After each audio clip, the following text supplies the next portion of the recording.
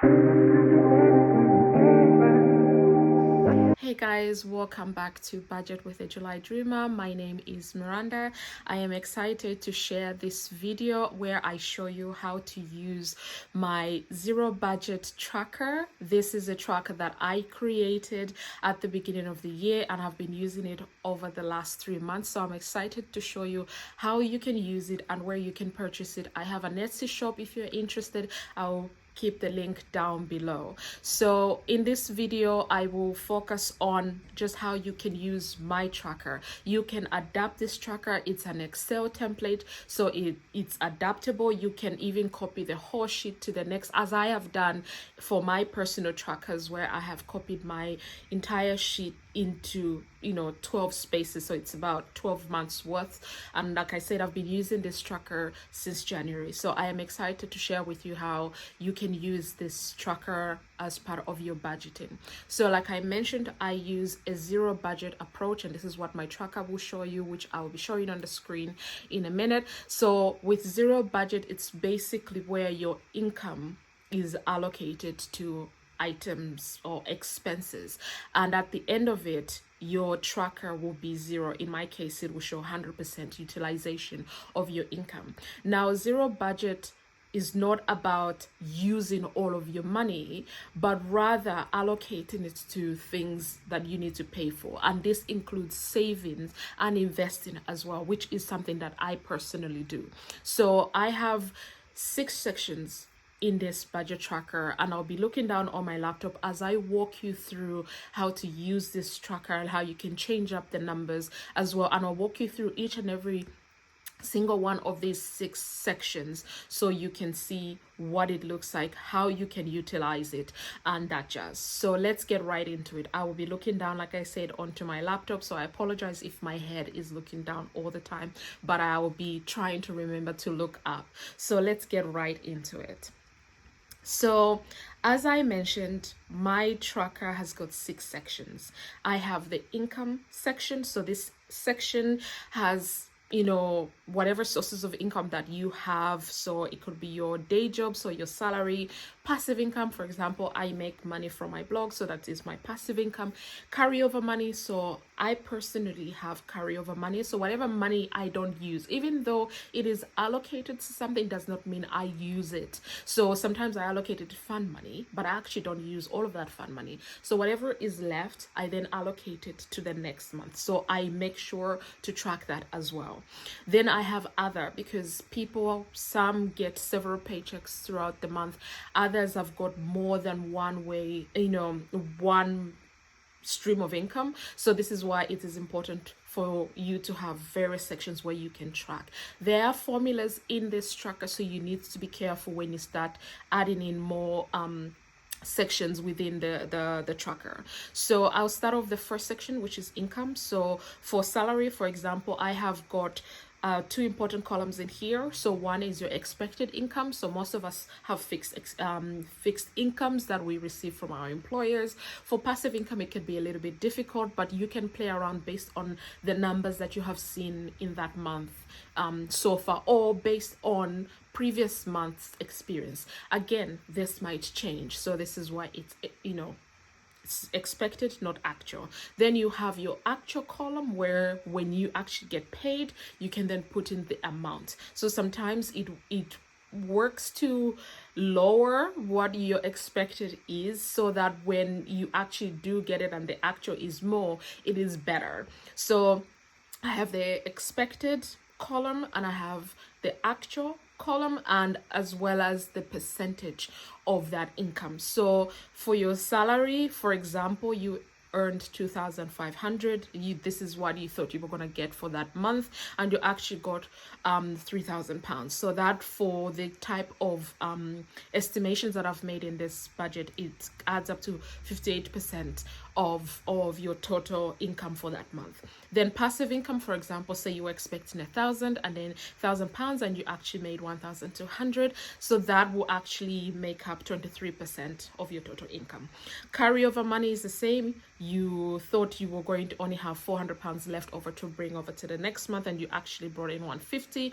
That will make up 3% of your total income. And so on. So you get the total of your expected, total of your actual, and the percentage of the income is based off of your actual income. So if you want to add in a column in here, you can do that, but you need to be careful. If you add it in the way I am showing from the number, this will impact all the way to the savings tab.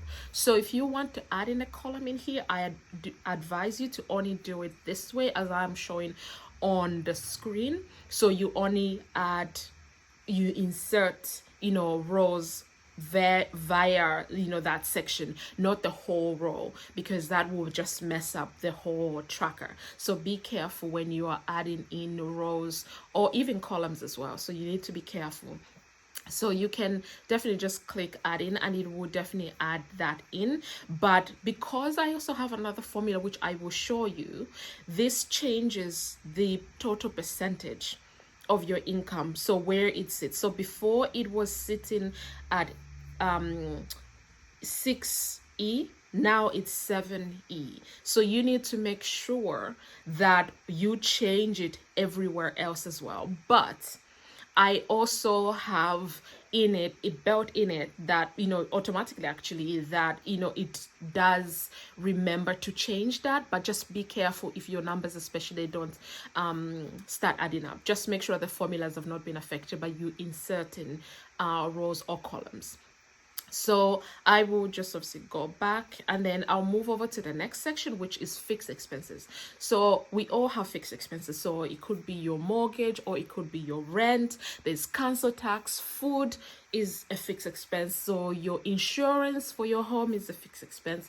Your utilities are fixed expenses. So I have included in there the most basic of fixed expenses that most people have in their lives. And again, I have got expected column and I've got actual column, and then there is also a percentage. So from there you can actually see how much, for example, if your rent or mortgage is just under £700, you can tell how much, looking at the percentage, how much of your income you allocate to your mortgage or to your rent, how much you allocate to your food, for example, how much you are allocating to your cable or giving. So I love this tracker because it shows you at a glance how much you are allocating for each bill, and then it helps you as well in your planning, especially if it's like, for example, miscellaneous. Then okay, next month we need to do better. We can't be allocating, say for example, 10%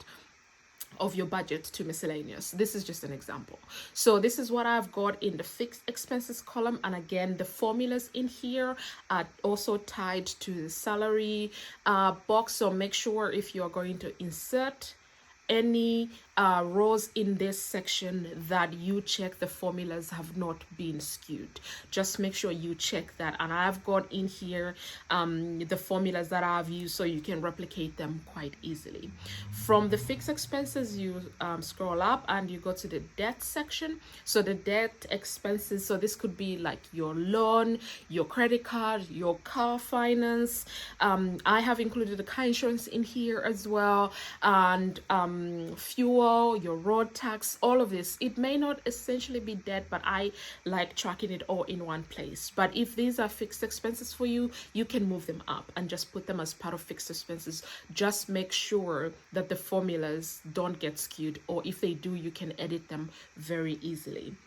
Then at the bottom I have got personal expenses. So this is miscellaneous, socialization, clothing, shopping, eating out, eating in, all of that jazz I included in the personal expenses section. And again, this is an Excel template, so you can edit it very, very easily. Then moving over to the right, we have the savings section. So now this section I have included in emergency funds, because I know people have emergency funds. If you don't, you need to have an emergency fund, and an emergency fund should have 3 to 6 months worth of your expenses. So mostly I would say of your fixed expenses and debt expenses, because personal expenses you can get rid of. So make sure that you have that much. But I know that that's not going to just start today like that. Put that money aside. You have to start planning how you can save up that much money and to keep in a savings account that you can easily access, but is not much of a temptation that you, every time you see it, you have to use it. I have an emergency fund which I keep with a different bank. I can easily access it, but because my main bank, I use it for all of my expenses. I don't want every single time I look at it, it's right there, because the temptation is too high. You know, I don't know about you, but for me, way too high. So in this section, I have emergency fund, but also sinking funds. So sinking funds are funds that you save up for certain items. So for example, I have a sinking fund for my car because I don't want to continue paying for my car. I want to pay off my car, so I'm saving up a little bit every single month so I can pay off my car. I also have a sinking fund for my car insurance because I'm tired of paying my car insurance every single month. So I'm gonna change it up to annually, but I'm gonna save up between now and when my next car insurance update is coming up. I will be able to have saved up enough and then just use that money and pay it off for the entire year, and I don't have to worry about it until the following year. So this is the importance of sinking funds, and I'll do a separate video on sinking funds as well as emergency fund and how you can start putting money towards such saving pots. And then in my savings, I also have fund money. Now this fund money can be anything. I could allocate £100, which I normally do, but I also put any leftover money into my fund money pot, and then that leftover money I then move it to the next month money if I don't use it at all. And this is why it's very important for you to have fund money. I really do love having fund money in my budget. It is so important. You work hard for your money, you need to be able to enjoy it as well. So I have fund money in there. And again, even for the savings section, I do have the savings type, what is planned, what is your actual, your current savings, your total savings, as well as the percentage of the savings that you have put that month from your income. So it calculates that automatically for you. All you need to do is just put that number in there, and it will calculate that you have you've used that. For example, I've put that, I put £1,000 into my emergency fund. It calculates that £1,000 is 19% of my total income, and the total income for this example was 5,150. So it is very helpful to give you this kind of glance, and I encourage that you definitely have a look at this tracker and how it can benefit you in the long run. And then I've got totals at the bottom, so you can track your current savings, how much. So your current savings is how much you were able to put there today, this month, whatever, but within this month. And then your total savings is what you had plus what you've put in today or this month. And then the final section is my total expenditure section. This is one of my favorite sections because it gives you an overall glance without having to go into the nitty-gritty that the rest of the tracker provides you. So here I have the expenditure type. So my fixed expense, I know what I expected to spend, how much I actually spent, and what that percentage is against my income. So debt expenses, personal expenses, savings, and then the total. And here on the total for this total expenditures, it should always be 100%, which means you have allocated all of your income, and this makes it a zero budget. If this is not 100%, then you have messed up somewhere, and you have to go back and look through to make sure you have entered the information correctly. So my tracker is zero based. It's very easy to use. I use it in Excel, but you can also use it in Google Sheets. You can copy all of this tracker like I am showing, so you can copy all of it to the next page. Very easy to do, and it will bring out the same numbers and also the formulas come over as well, but you need to be careful when you are making edits. In my next version, I've actually put in new formulas so that your current savings draws it from the previous month's savings. So this is something I'll be releasing in the next 3 months on my Etsy shop.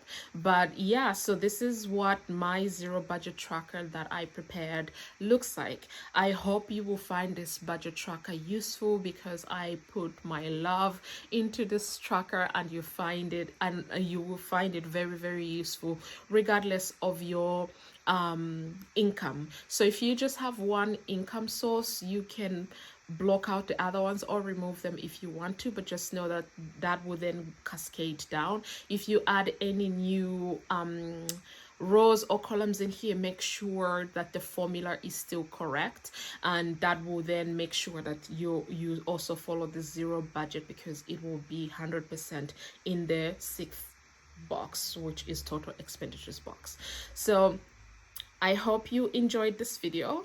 I sure did, and I am excited to share my weekly tracker so I can show you how I use my weekly tracker for my personal budgeting. I'll actually give you a real life example of my tracker, not with pretend numbers like I have done in this video. So I'll show you what my weekly tracker looks like, and then how I use that weekly tracker to actually transfer information from there into this template, and then at the end of the month I have all of the information in one place. It's easy to transfer into this template, and I'm able to use it for my budgeting needs. So I'm excited again to bring you on this journey, and I hope you find this video useful. If you did, please like, subscribe, share with somebody whom you think might find this video useful. Thank you so much for your time. I really appreciate you watching my videos, and I cannot wait to show you my next video, which could be about